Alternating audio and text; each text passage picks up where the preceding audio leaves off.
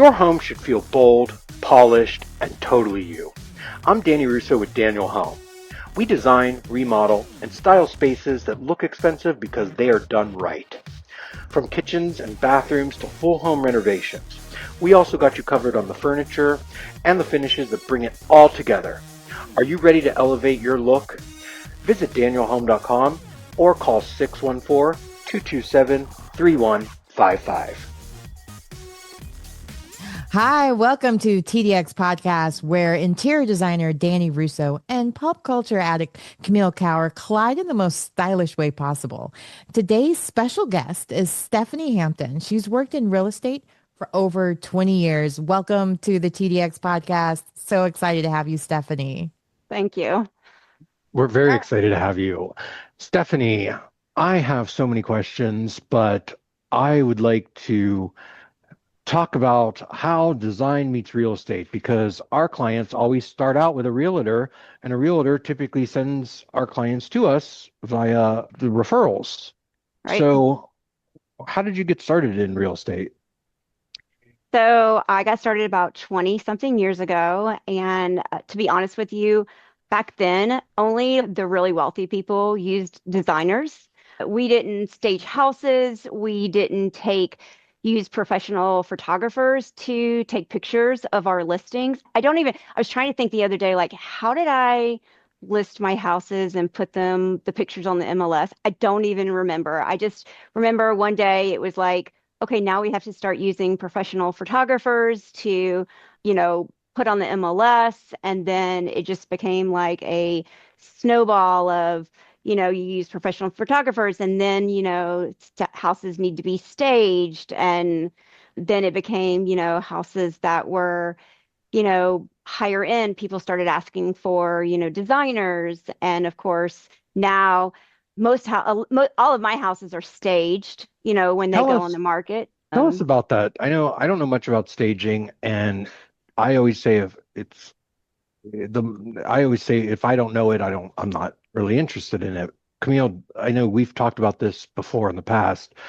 Do you have a question about staging houses? Because staging is just out of my realm. I tried to understand it, but I can't. Well, I'm one of those girls that loves to watch reality shows. So a lot of times when I'm watching these different reality shows and they're staged, sometimes furniture is included. So I'm always curious, like, when do you know when the staging is something that is just for your clients, I guess, to make sure that it's giving a good show on the market? I'm assuming that with Zillow and Redfin and all these different like websites you can go to now to look at houses, it's gotten very competitive. When do you decide to include the furniture with the price of the sale, or is it mainly the staging? It's just temporary.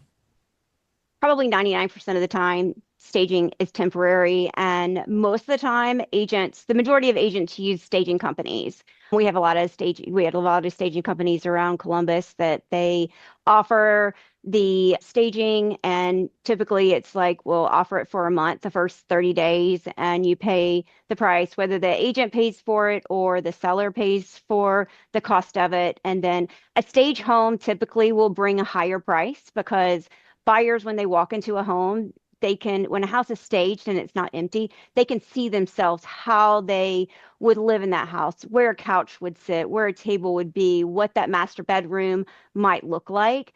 And it feels warmer when you walk into a house that has furniture in it. When will actually start staging? Because I don't think I've ever heard of it until maybe the early 2000s. I don't think it was a thing. I thought real estate agents maybe would go in, and I know I went to real estate school back in the day, but I always would hear that you would want to depersonalize the house and take away personal effects like the family pictures and stuff like that. But when did these companies start coming out that are just focused on staging as a sole business? Because furniture is not easy to move or store. No, it's not. So it's probably been around for the last 10 years or so.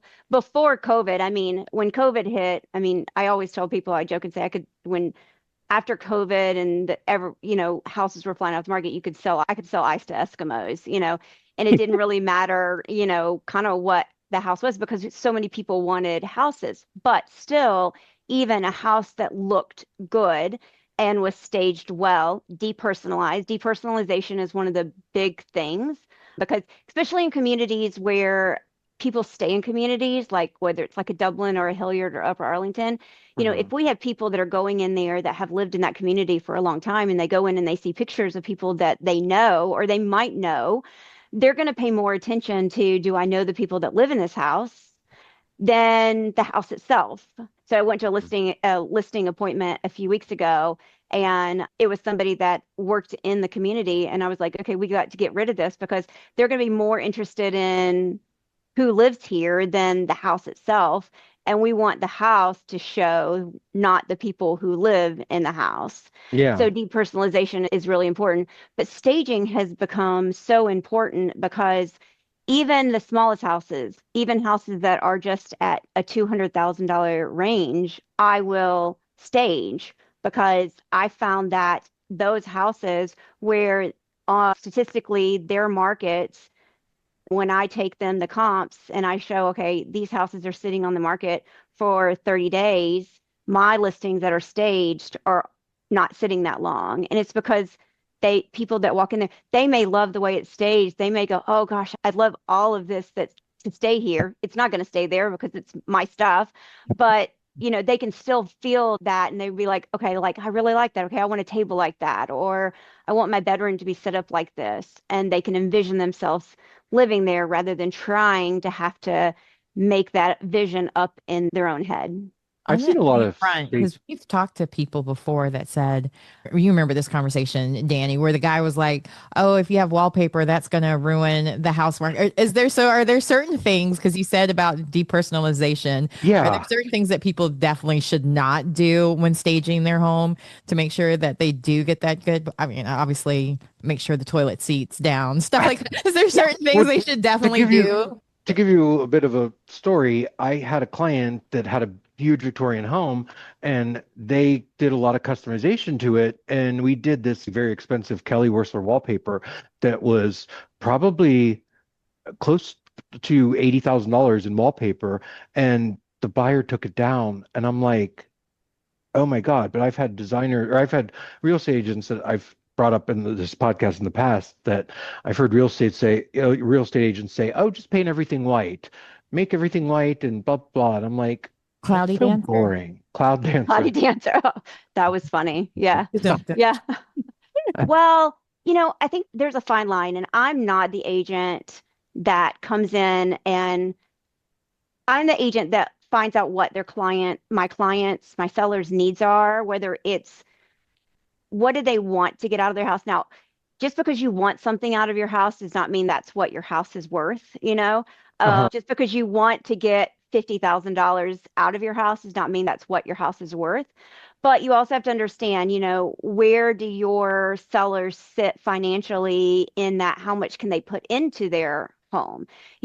How much can they put in for updates? I had a seller, it's probably been 7, 8, 10 years ago, and they had a listing agent come in and tell them, well, you need to do $25,000 worth of updates. And they were like, wait, I don't have that kind of money. And so I came in, and when I sit down with sellers, I give them a list. I give them a list 1, 2, and 3. And list 1 are the things that I absolutely need you to do. Now, it doesn't mean that it's I need you to go refinish your bathroom, but these are the most important things. And then list 2 is, these are the next really important 3. And number 3 is the gravy. If you can get to list 3, I'm going to be like the happiest person in the world. And so it gives them their priority. But I base that list on what kind of money do we have to spend? How much work equity do you want to put into your home? And what happened was, number one, I got that listing because I listened to them and what their needs were based on financial and what they were going to do. And then maybe they would have gotten more money had they put $25,000 into it, but they would have spent that $25,000. Yeah. And they were happy to put the work into the house because they could do that. And they were happy. They got a great offer. They got multiple offers, and then they got the home that they wanted to buy in the end. And, it's not always about doing all the improvements. Sometimes it's taking wallpaper down. But yet I had a house in Hilliard, this older couple, bless her heart, there was wallpaper everywhere, floor to ceiling. But guess what? You know what? We found the right buyer, and they took all the wallpaper down. Maybe they Yeah. didn't. I don't know. There may still be wallpaper in that house, but Um, depending on the market, you can sell anything if you price it right. I'm going to take you back to 2008 when we had the big recession happen. Mhm. And there was a lot of people that were buying what I call too much house. And they would buy these houses and they didn't realize how much it cost to furnish a house. And I Mhm. remember doing a residency for one of the big box furniture retailers, and my job was to train their interior designers within their stores. And I remember going to a home, and out of this home, it was huge in a gated community. Out of this home, only three of the rooms were finished with furniture. And they were about to move and they wanted it kind of staged. But I'm walking through it and I'm like, I'm not a stager, but they bought too much house and didn't have the money to Yeah. furnish it. And we saw a lot of that, and that was in about 2015. So, did you see a lot of that happening throughout the, can't believe I'm saying this, throughout the tens, the teens? So I think a lot of times it's not that they don't have the money to stage it, they don't know what to do. Right, So many right. people just don't have an eye for This design, and base. they put hodgepodge things together, and they put it together, and then they're like, wait, I don't know where to go with this. And they don't, because I go into some houses and the people aren't designers, but they have literally, I tell this story about the girl that does my staging, and she does a Hmm. lot of stuff. Danny and I have talked about this, and her name is Carol, and I sold her and her husband a house, and then I went back to her house and I was like, wow, she does gore, it's beautiful. And when my youngest was going away to college, I was like, okay, either I'm going to redecorate my house or I'm going to go to therapy. Those are the two things, because I was like, I knew I had been a single mom all since she was 3. And so I knew I'm going to have to do something. And my house just didn't make me, I felt blah in my house, and I knew I needed something. And so Your house I is your asked, sanctuary, and that's why you yeah, should be calling it, you should exactly. be referring them to Danny Russo and Well, Daniel Home at our new website where we sell exactly. furniture But I and called virtual design Carol. consultations too. Well, I called Carol and I said, hey, will you help me redecorate my house? And she said, I don't do that. I said, but you do. You just don't know it yet. Yeah. And so she and I together, we look like the two stooges on some things, because she has a very design brain and I have a very logical brain. Danny knows this about me.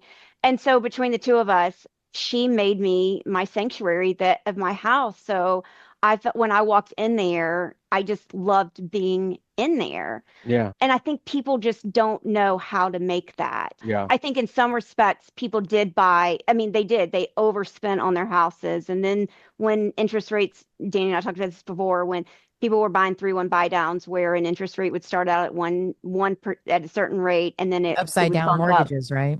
Exactly. Yeah.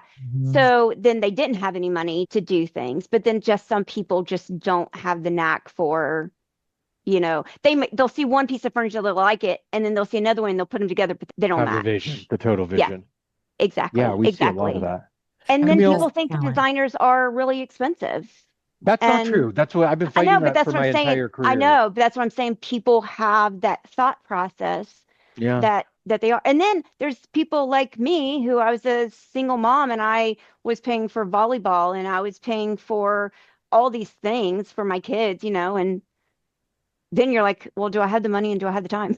Kind of thing. You know what I mean? So, Camille, You almost feel guilty. Yeah. yeah. when Mhm. you bought your house, was it staged when you bought it? Like, Oh, so funny story. Ours was for sale by owner, and Oh, he didn't live in his house for over a year. So it was completely empty. And my real estate agent was like, Camille, I'm bowing out. I've never had a good experience with for sale by owner. okay. Go see it on your own. She ended up going with me because we're close friends, but she was, I don't know, it seems like a scam because he had a very strong French accent and like maybe he wasn't local. And it turned out he was the cutest, sweetest little guy. He looked like Belle's father from Beauty and the Beast. He wore suspenders and like Santa look guy. He was from Toronto and used to be, his parents were realtors. So he knew how to do everything. And luckily, we were able, like, it was a shock it was on the market as long as it was, because we bought in 2015. Every time we would enter into a place, like it was contingent, it was for sale, or it was like under contract. Like as soon as you Mhm. walked in the door, like everything was just selling so quickly back then. So we got a really good deal because it was for sale by owner, and because he did sound like he was someone far away in a scammy country, because he had, I don't know if he had like dial-up internet or something. It was like all the signs were there that this was like he's about to scam us, but it worked out perfectly. Pierre was amazing.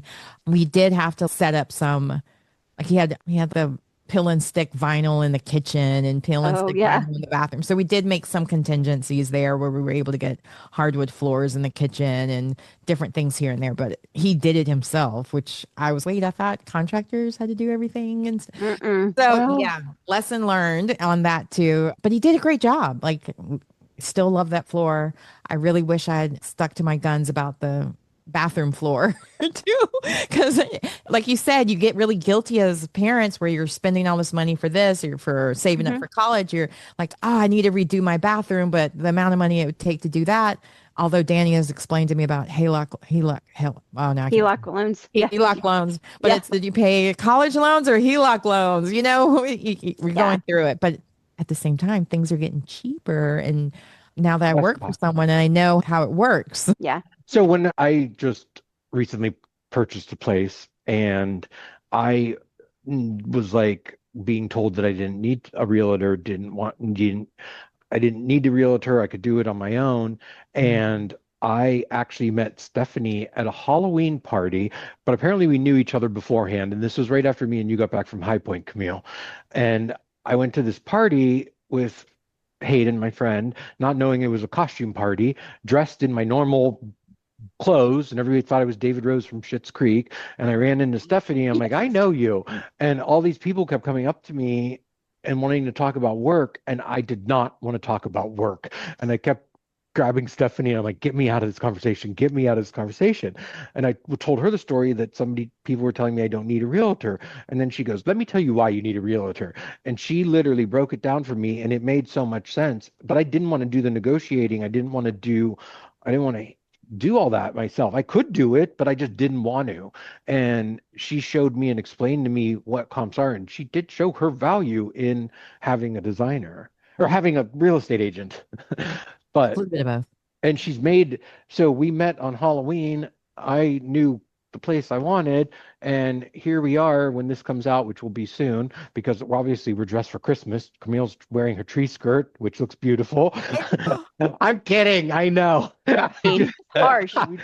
We made an offer. I think we made an offer. I'm not even sure because this week's been a blur. But Stephanie had it all done for me and was like, did an offer, counter offer. We just had the home inspection and she coordinated everything and really made the process seamless. I've invited so many realtors to come on this podcast and I've been turned down so many times, and it drives me crazy because nobody wants to talk about it. So I don't want to drag this out, but Stephanie, I would really like your opinion on the current state of the real estate market, because I feel like it is ever changing and we're swinging from a seller's market to a buyer's market. And a lot of people don't understand that. We are in a unique market in Columbus, Ohio, but nationally, I'm hearing rumblings of other places not being in as good of a position as Columbus is. What are your Yes. thoughts on So the state? I think it's very deceiving because when we listen to national news, they're just talking in general. And this was actually posted. It came up on, this is from the National Association of Realtors, and I'll send this to you so you can post it. And it says markets poised for new buyer opportunities. Mhm. And one of the top 10 home buying hotspots for 2026, and Columbus is one of them. What So what number that are we? it doesn't give the Oh, number, or it doesn't give the breakdown of what it is, but we are one of them. But what we have to remember about Columbus is that we are not an inflated market. And so when we think of inflated markets, we think of markets like Phoenix, LA, New York, and those kind of markets that like have very high highs and really low lows. Even like in 2008 when, we had, when the market crashed and all that kind of stuff, even though we did crash, it did not crash like other places did. Yeah. And also we don't have the financial crisis that we will have with the bad loan practices. So Yeah. we are seeing, and when you look in Columbus, because a lot of states their school systems are run by the counties. Mhm. And home sales are driven by school systems, typically across the United States. Mhm. So if you go down south, if you go to Florida, if you go to Georgia, all down south, a lot of school systems are run by the counties. So if you think Franklin County, we have 16 school districts. I think it's 16. We have 16 school districts in Franklin County alone. So if you think our school districts are, you've got Dublin, you got Hilliard, Upper Arlington, name Yeah. all, those are all individual. And so when somebody comes to buy a house, they buy it by school district unless school district doesn't matter, which we do Well, have. I mean, dog schools matter for me if they Yes, have they do matter. They do matter. Theo does matter, right? You're exactly right. uh-huh. But when you start looking at that, so you compare, so you go out to the suburbs, right? Yeah. And so the suburbs are much different than like the downtown area. So we might see a more buyer's market in a downtown area where a school system is different and people don't care about a school system than when you go out into the suburbs, and you might see like an Upper Arlington be different than another school system in the suburbs that their grading, maybe their school report is lower or higher or whatever. So Yeah. that's what's the difference about like when you go into Central Ohio, because there's such a broad spectrum of school systems all over Franklin County. So one place might be what we call a level off. And so it's not necessarily a buyer or a seller, it's kind of an even one. But then you might see more, if a house is priced right, you might have multiple offers. Yeah. My parents' house, I just sold it up in Dublin. We had two offers, but yet we still sold it $70,000 over list. Oh, wow. And that was like in July. No, I'm sorry. We sold in September. We closed in October.